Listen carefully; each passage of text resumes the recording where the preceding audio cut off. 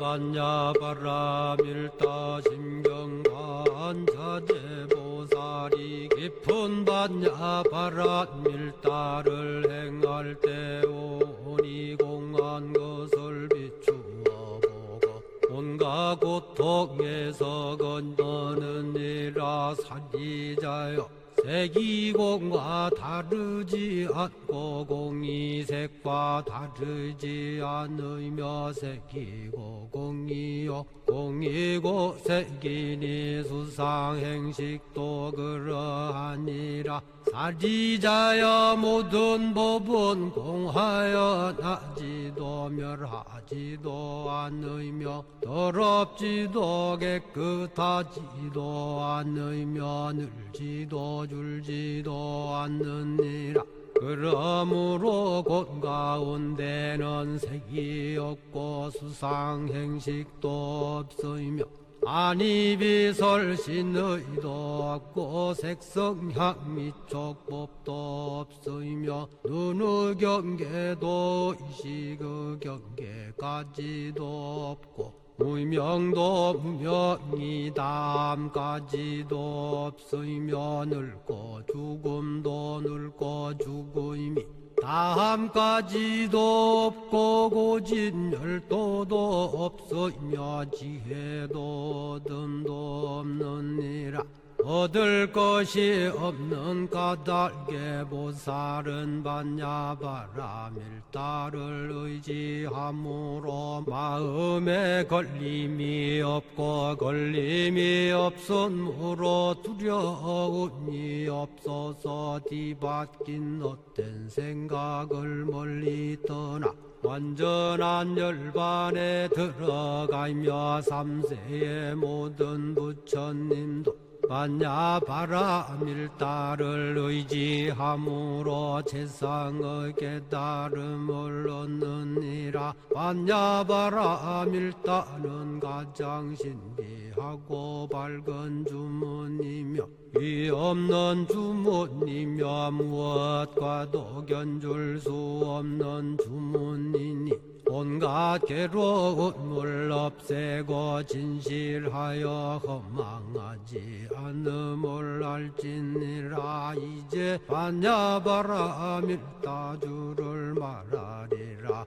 아제 아제 바라 아제 바라 승아제 모지사바 아제 아제 바라 아제 바라 승아제 모지사바 아제 아제 바라 아제 바라 승아제 모지사바.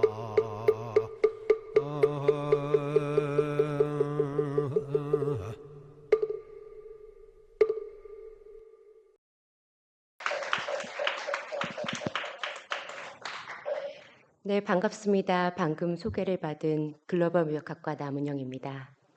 오늘 존경하는 스님들도 모시고 또 많은 존경하는 교직원 여러분들과 또 학생들 모셔놓고 제 얘기를 좀 할까 합니다. 네, 제 전공은 무역이고요. 오늘은 글로벌 무역과 불교 이야기로 시작하겠습니다.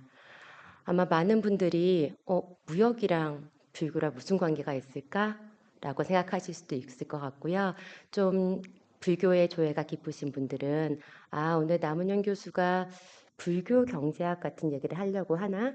아마 그런 생각을 가지실 수도 있습니다. 사실 현재 무역이 너무 핫한 이슈라서 다른 게 아니라 트럼프 때문에 그렇죠.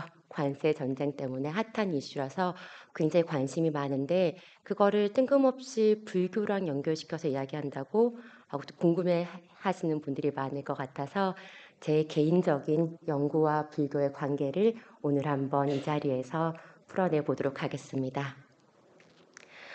우선 오늘 한 6개 파트로 진행될 건데요. 아까 말씀드렸던 것처럼 저는 불교 경제학에 대해서 잘 알고 있는 사람이 아닙니다. 아까 잠깐 소개한 거 들으셨겠지만요. 중국 연구가 주였고요. 특히 중국의 공급망, 반도체 공급망이 제 주요 분야였습니다. 미국과 중국이 싸우면서 지금까지 반도체 공급망이 중국이 완전하게 자립된 공급망을 어떻게 구축했는가 이런 효율성 문제에 대해서 항상 연구를 했었습니다. 그러다가 최근에 아니면 제가 동국대 온 이후로 아마 불교의 영향을 좀 받았는지요. 약간 새로운 분야에 눈을 뜨게 됐고 또 이게 저의 아주 엄청난 연구 성과로 이어져서 여러분께 약간의 자랑과 함께 여기 계신 교직원 여러분들도 이런 쪽으로 생각해 좋지 않을까라는 이야기를 좀 전할까 합니다. 우선 무역이라 그러면 많은 분들이 그냥 국제 무역을 생각하십니다. 글로벌 트레이드인데요. 사실 한국은 무역을 중심으로 큰 국가고 무역 자체가 국내 무역이 많지 않기 때문에 무역이라 하면 글로벌 무역과 함께 생각을 합니다. 하지만 뭐 미국이나 중국처럼 좀 땅덩어리가 큰 나라에서는 무역이라는 것은 국내 무역을 포함하기 때문에 전공에서 말할 때는 저희는 글로벌 트레이드라고 꼭 글로벌이 앞에 많이 붙입니다. 그래서 이제 글로벌 무역이 한국에 중요하게 된 게 모두 아시다시피 한국이 무역 의존도가 굉장히 높고요. 그래서 한국에서 글로벌 무역은 굉장히 중요한 위상을 차지하고 있습니다. 저는 그래서 이 과목을 공부하는 게 되게 좋은데 항상 이 글로벌 무역은 인터내셔널 비즈니스 밑에서 효율성을 강조하는 것도 배웠거든요. 그렇기 때문에 제가 이거를 불교를 연결시킬 때는 조금 살짝 저도 이게 그럼 종교적 사상과 연결이 될까라는 의문을 처음에는 가졌습니다. 그러다가 생각한 게 제일 처음에 무역의 중심이었던 실크로드였습니다. 이 그림 한번 보시면 아시겠지만요. 실크로드 무역은 사실 우리 불교가 동아시아로 전파될 때 처음으로 정신적 이제 사상이 전파될 때 왔던 길입니다. 그때는 뭐 낙타, 오아시스 그리고 사람들이 그 당시에 귀하다고 생각했던 물품들을 이제 주고받았죠. 이런 그 당시에 이제 오아시스 도시, 낙타, 인력 수송망으로 이제 연결됐던 실크로드 무역이 그 다음에 근대 무역으로 넘어오면서 이제 산업혁명 이후에 폭발적인 상품의 이동으로 이제 연결이 됩니다.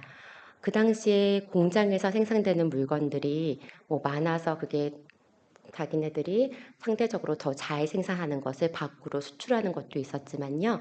그것보다 더 심했던 것이 제국주의와 식민지 무역의 근간이었습니다. 또 증기선과 철도의 발달로 인해서 그런 것들에 대한 대량 수송이 가능했고요. 사실 이때부터는 그 이전과 달리 자원의 평형적 이동과 또 불균형 구조가 형성됐다고 볼 수 있습니다.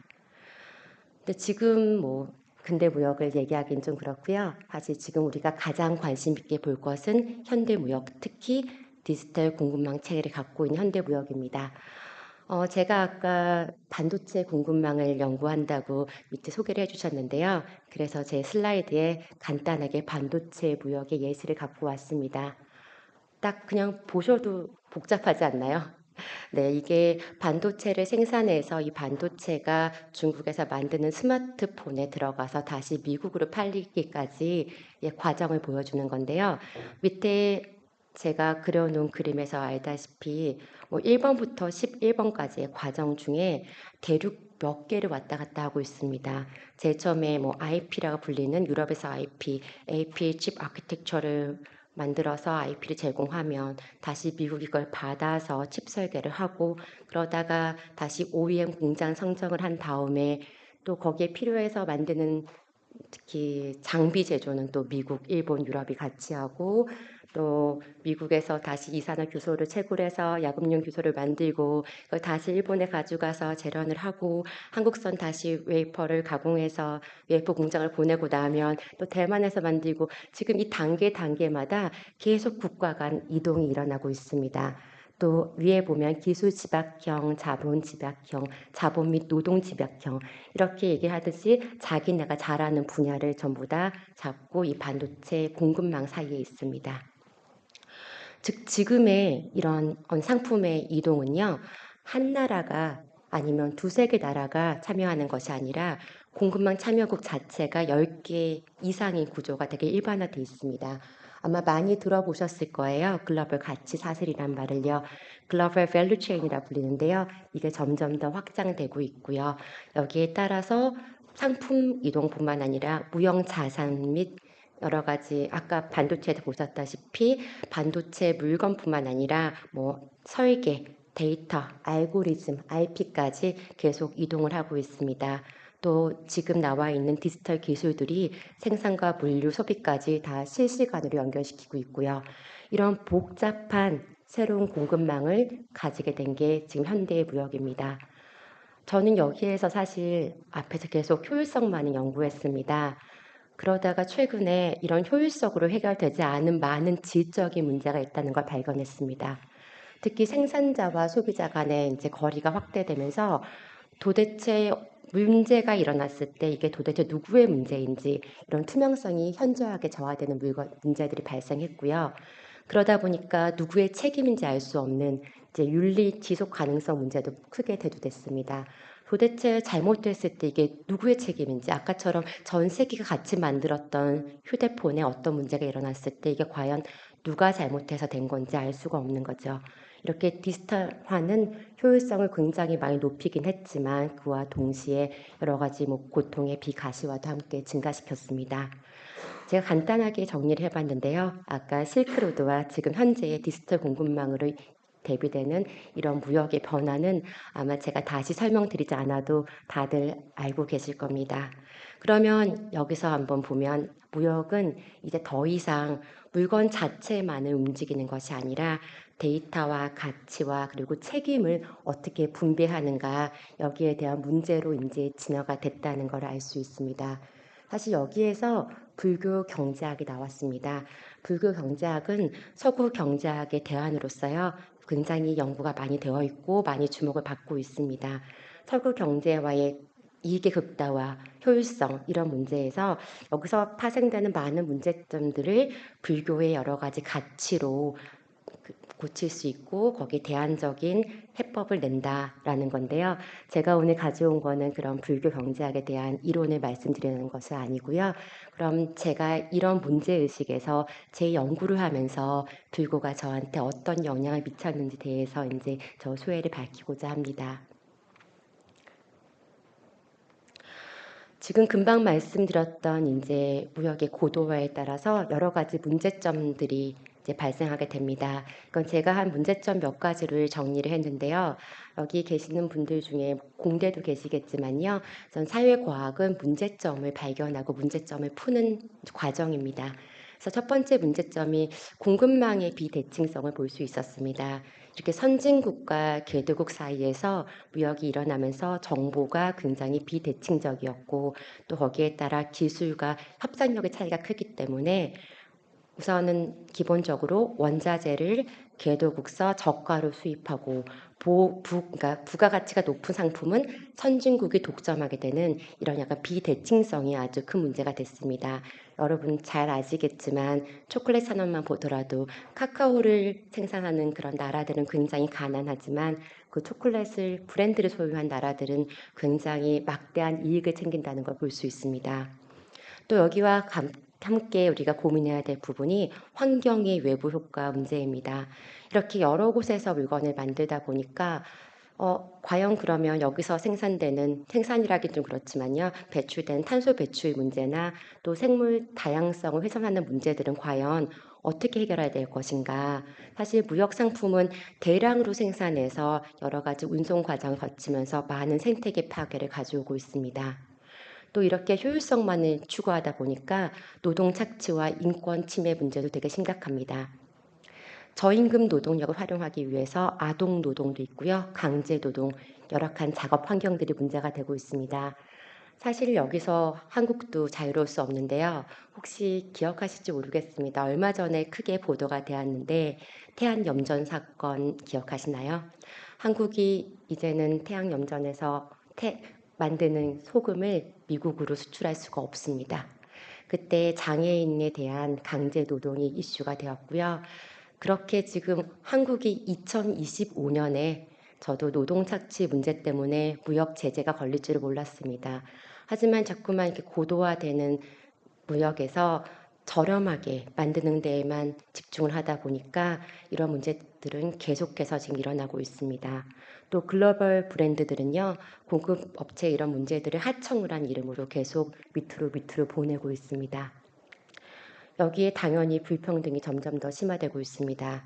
이게 무역이 확대되면서 일부 계층과 국가에만 혜택이 돌아가고 또 심지어 디지털 플랫폼이 지금 많이 쓰고 계시잖아요. 이런 무역조차도 이제 앞으로 데이터 주권 문제, 세금 회피 문제 등을 야기시키고 계속 불평등은 심화될 거라고 생각이 됩니다. 사실 이런 문제들에 대한 새로운 해법을 연구하는 게 제가 하는 일이고요. 새로운 사회과학에서 관심을 갖게 돼야 될 문제라고 생각합니다. 그럼 이런 문제들을 해결할 때 나한테 영향을 주는 게 무엇인가라는 생각을 한번 해봤습니다.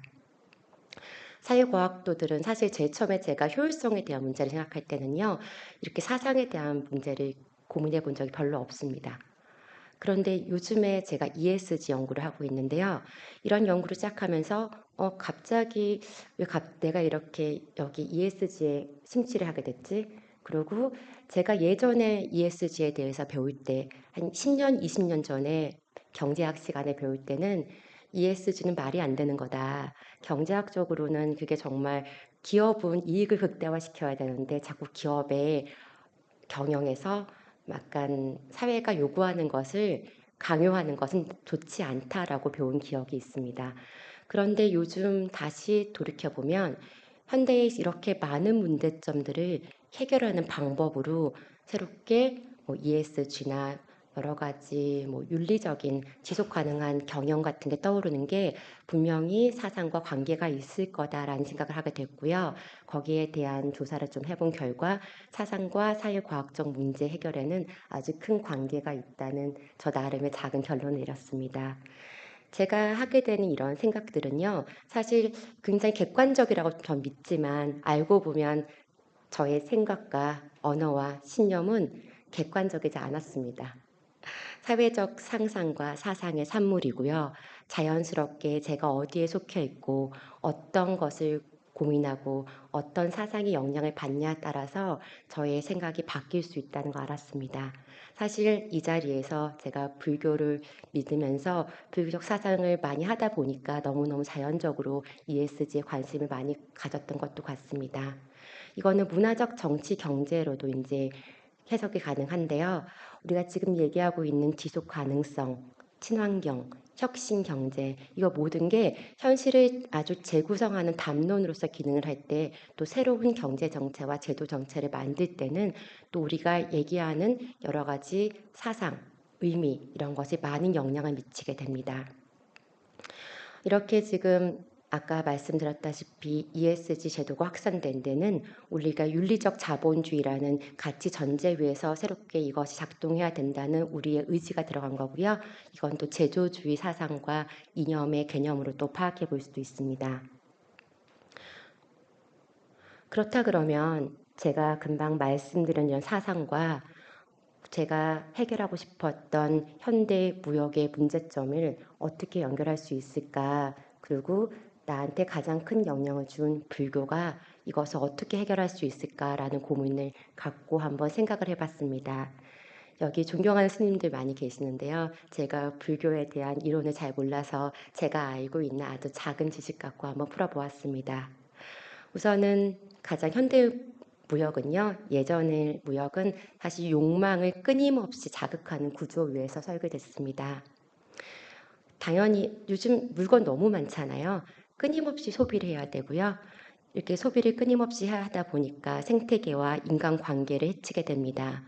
소금을 만드는데 장애인들이 굳이 강제 노동까지 시켜가면서 만들어서 미국으로 수출해야 될 이유가 없잖아요. 근데 전부 다 이런 것들이 우리가 뭔가를 끊임없이 욕망하는 거에 나오지 않았을까. 그런 것들이 고통을 유발했다고 생각합니다.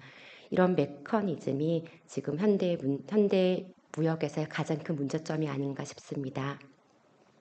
그리고 연기의 관점을 살펴볼 때는요, 무역이야말로 그냥 서로가 정말 상호 의존적 관계에서 만들어진 것입니다. 이전의 무역은요, 자신의 이익 추구를 최고로 생각했습니다. 사실 많은 경영학에서 말하는 기본적 가치는요, 이익의 극대화입니다. 그러다 보니까 외부 문제들, 환경 파괴나 착취들이 나의 일이 아니다 그때는. 그리고 내가 최소한으로 나의 이익을 위해서는 관여하지 않는 방향으로 갔었는데요. 사실 지금 그게 다시 우리한테 부메랑으로 돌아오는 걸 잘 알게 됐습니다. 결국은 내가 잘 살기 위해서는 다른 사람도 잘 살아야 된다. 이런 윤리적 통찰이 가능하게 된 거죠. 그리고 제가 가장 좋아하는 게 자비의 경제입니다. 아까 말씀드렸다시피 우리가 지금 이 많은 고통, 사실 경제적 행위를 하는데 왜 고통이 따라야 됩니까? 말도 안 되잖아요. 그러면 불교를 중심으로 봤을 때는 불교의 자비는 이런 고통받는 자난, 고통받는 어떤 미물이나 이런 것을 다 외면하지 않는 무역이 중요하다라는 아주 큰 가르침을 줍니다. 그래서 공정무역, 노동자의 권리를 존중하는 그런 거래들, 또 지금 가장 핫한 이슈가 되고 있는 기후변화 문제들을 이런 자비의 경제로서 풀어갈 수 있지 않을까 하는 생각을 했습니다. 또 이와 함께 중도와 절제입니다. 과도한 탐욕이 낳은 이런 현대 사회의 경제 문제 그리고 현대 무역 문제들은 우리가 극단적으로 뭘 어떻게 금욕하거나 이렇지 않더라도 그냥 절제된 경제 활동을 지향함으로써 조금 풀어나갈 수 있는 문제라고 생각합니다. 지금 제가 앞으로도 보여드릴 거지만요. 환경적 지속 가능성이 필요한 이런 경제 원리를 이끌어가기 위해서는 불교의 이런 중도와 절제의 사상과 개념이 정말 절실하게 필요하다는 해석을 한번 해봤습니다. 제가 현대 무역의 구조적 문제와 불교적 해법을 얘기하면서 지금 현대 무역의 문제들, 특히 제가 아까 여러 가지 예를 들면서 발견했던 문제들을 과연 불교 사상으로 어떻게 풀어나갈 수 있고 거기에 대한 구체적 적용 사례를 어떻게 만들어 볼 수 있을까 고민하고 한 표로 만들어 봤습니다. 우선 현대 문제의 가장 큰 문제는 노동 착취 문제입니다. 사실 저 예전에 노동 착취라 그러면 중국의 신장 면화 정도 생각했습니다. 얼마 전에 이제 우리도 신한 염전 문제가 대두되면서 이 노동 착취의 문제가 아주 다른 나라에서 일어나는 일이 아니구나. 아주 옛날에 없어진 일이 아니라 2025년도에 한국에서도 일어날 수 있는 문제라는 걸 깨닫고요. 굉장히 많이 반성했습니다. 이런 불교적 약간 대응을 보면 우리 자비와 고통, 남의 고통을 이해하는 걸로 이건 정말 풀어갈 수 있고요. 사실 이런 것을 기반으로 공정무역 인증 제도 등이 있고요. 노동 기준 준수 이런 문제들을 더 심도 있게 연구하고 따라야 된다고 생각을 합니다. 환경 파괴의 문제는요. 제가 요즘에 하고 있는 연구와 정말 연결이 되고 있습니다. 연기로 이해할 수 있는데요. 내가 지금 하고 있는 게 이런 다 상호작용 가지고 있고 내가 파괴한 환경이 다시 나한테 해를 줄 수가 있잖아요. 그리고 탄소 국경세증 CBAM이라 불리는데요. 이런 것들의 윤리적 설계 및 적용이 정말 중요한 것을 보여줍니다. 한국에서 지금 제가 연구하고 있는 분야가 시멘트 산업과 또 CBAM, 탄소 국경세 이런 거였습니다. 시멘트 산업 그러면 사실 예전에 가장 탄소를 많이 배출하는 오염 산업이었거든요. 근데 사실 요즘에는 시멘트를 만들 때 쓰이는 여러 가지 폐열을 다시 돌려서 재생한다거나 그렇지 않으면 쓰레기를 그런 열을 만드는데 활용함으로써 자원 순환에 앞장서고 있는 친환경 산업으로 발버둥하려고 할 수 있습니다. 이런 것들이 사실 유럽에서 시도하고 있는 2026년에 시작되는 탄소 국경세 CBAM과도 연결이 되고요. 또 그리고 이제 과잉 소비나 불평등 문제는 아까 말씀드렸다시피 우리가 앞으로도 지속적으로 고려해야 될 상황이라고 생각합니다. 제가 생각하는 이제 무역은요, 이전에 단순한 거래가 아닌 이제 관계로서의 무역이 중요하지 않았나라고 이제 결론 내려봤습니다. 즉 불교의 관점으로 봤을 때 무역을 이익극대화를 위한 그런 거래로 보는 관점에서 지금은 약간 고통도 최소화하면서 우리가 거기서 그러니까 우리 행복함을 찾을 수 있는 그런 관계로 새롭게 정의해야 되지 않을까 생각을 합니다. 즉 무역이 상호 이익에 의해서만 추동되는 것이 아니라 모든 게 상호 연결되어 있다는 관계 의식을 통해서도 진행될 수 있음을 볼 수 있었고요. 따라서 이런 불교 사상이 개인의 인생이나 사회 문제를 넘어 우리 글로벌 무역에서 부각된 문제에도 해결책을 찾는 데 굉장히 도움을 줄 수 있다고 생각합니다. ESG, 공정무역, 기후 정의 같은 현대 글로벌 무역의 새로운 방향으로 대두되는 개념 또 이런 것들이 불교 사상과 굉장히 많이 연결이 되어 있더라고요. 특히 글로벌 무역의 구조적 문제에 대한 해결책을 연구하는 과정에서 이런 불교 사상이 영향을 많이 미쳤고요. 저는 여기에 되게 감명을 받아서 최근 새로 낸 한 두 편의 연구 실적이 의외로 굉장히 좋은 곳에 게재가 됐습니다. 이게 저만의 생각이었으면 저만 논문을 쓰고 끝났을 텐데요. 여기 아마 계시는 많은 교수님들은 이제 논문 게재 발표에 관심이 많으실 겁니다. 제가 지금 얘기했던 불교로서 이런 현대 글로벌 무역의 문제점을 푸는 것이 단순히 저의 생각뿐만 아니라 세계적으로 이제 받아들여지는 하나의 개념이 아닌가 싶습니다. 제가 이건 다 두 편 전부 다 중국을 가지고 이제 실증 분석을 한 논문인데요. 우선 기업이 이런 기후 변화에 되게 많이 노출이 되면 FDI를 받는데 되게 불리해집니다. 그럴 때 그럼 이걸 어떻게 문제를 해결할까라는 고민을 했는데요. 이 고민에서 그럼 ESG 성과가 여기에 이런 부정적 영향을 좀 완화시켜 줄 수 있을까라는 고민을 해봤습니다. 이런 고민의 결과 진짜 ESG 성과가 단순히 그 자체의 홍보나 마케팅 수단이 아니라 이런 리스크 대응 역량을 높이고 투명성의 신호로 받아들여져서 굉장히 긍정적인 영향을 했다는 실증 결과를 받아들였고요. 그리고 이 결과를 가지고 논문 작성했는데 Environmental Study라고 저기 JIF가 10이 넘는 좀 좋은 Q1 저널에 이제 게재가 됐습니다. 그 두 번째 연구 논문은 게재된 지 얼마 안 되는데요. 저번 달 정도 이제 이게 논문이 했는데 제가 갖고 있는 논문 중에서 임팩트 팩트가 제일 높습니다. 지금 이것도 상위 한 0.2%에 드는 데서 발표한 거고요. 에너지 이코노믹이라는 굉장히 좋은 이제 저널에 게재를 했습니다. 제가 이렇게 좋아하는 이유가 그 전에 효율성을 얘기할 때는 이렇게 좋은 곳에 논문을 못 냈습니다. 그냥 어떻게 되면 더 효과적으로 어떤 성과를 낼 수 있을까? 과연 중국이 어떻게 하고 있나? 미국과 중국이 어떤 대응을 서로 하고 있나? 이런 걸 연구를 할 때는 그냥 평범했습니다. 그러다가 이제 이런 무역에 관한 것을 ESG나 환경 문제와 연결해서 논문을 내기 시작하면서 세계적으로 좋다는 저널에서 저의 이런 연구 결과를 받아들이는 걸 보면서 제가 동국대에 와서 이런 불교적 사상 영향을 받아서 또 새롭게 연구 역량을 이제 길러가는 이 과정이 뭔가 저를 또 더 성숙시켜주고 또 이런 게 세계적인 새로운 연구의 흐름이 되는 걸 보면서 이런 불교 사상이 또 새롭게 이제 세계적인 경제나 경영에서의 흐름이 될 수 있구나 하는 영감을 좀 얻어서 오늘 제가 같이 공유하고자 가져온 것입니다. 이 연구는 사실 가장 근본적인 질문이 공급망 디지털화가 실제로 기업의 에너지 성과랑 되게 관련이 있을까? 도움이 될까? 하는 그런 궁금증에서 시작했습니다. 그러면서 기존의 공급망 디지털화에다가 다시 ESG 환경 성과에 대한 것을 넣어봤더니요. ESG 강화가 굉장히 디지털화 전략에 도움이 됐다는 어떤 인사이트를 얻을 수 있었습니다. 즉 현대의 무역 문제의 의식과 연구 방향에서 불교 사상이 굉장히 연결됐다는 걸 이 자리에서 말씀드리고 싶어서 좀 부끄럽지만 저의 최근 논문 두 개를 들고 왔고요.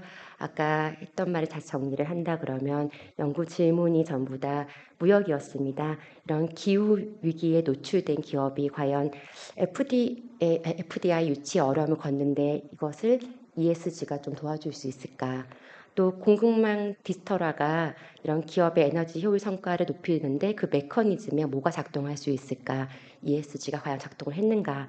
이런 것들에 대한 고민이 좋은 성과를 가져올 수 있었고 이런 것들에 대한 고민은 사실 불교 사상과 아주 큰 연관이 있었습니다.